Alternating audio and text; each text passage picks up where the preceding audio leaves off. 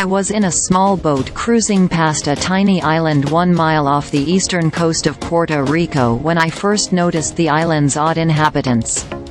The island of Cayo Santiago is completely inhabited and controlled by over 2,000 rhesus macaque monkeys. I was excited to have the opportunity of visiting the exclusive land of monkeys, but tourists are not allowed to set foot on the island. Humans are not allowed to stay on the island and researchers are limited to their time on the island, so my experience was from a distance.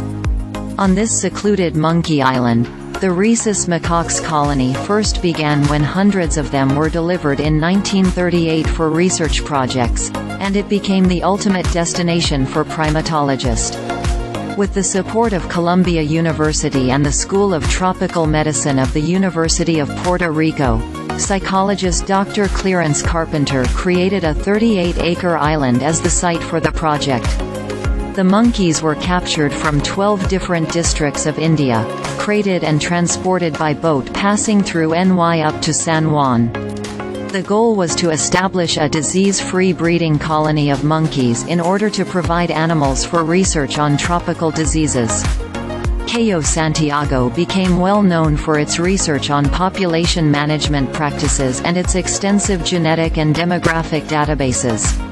Still, everything changed in an instant in 2017 when Hurricane Maria destroyed the island with most of its vegetation lost.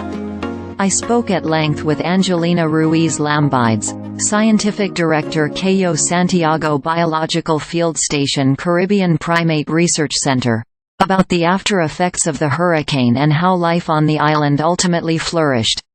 We observed post-hurricane how social networks were altered in the wake of an environmental disaster, in a collaboration project with Roehampton University, UPenn, UNIV, of Exeter, and the UPR, she said. Primates are expected to socially adjust in response to dynamic environments.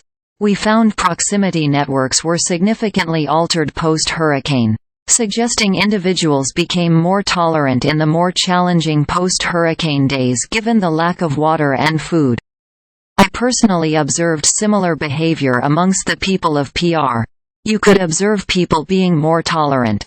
A good example of this was how well traffic was managed even though there was no power. Post-hurricane, the CSFS scientific staff continues their commitment servicing the local community after the devastation caused by the hurricane. We have received the assistance of AmeriCorps volunteers, and other volunteers affiliated to Project Monkey Island, a group made up of scientists and other great people from the USA, that have joined us in rebuilding homes in the community and also removing tons of debris from Cayo Santiago as well as in our reforestation efforts. She continued.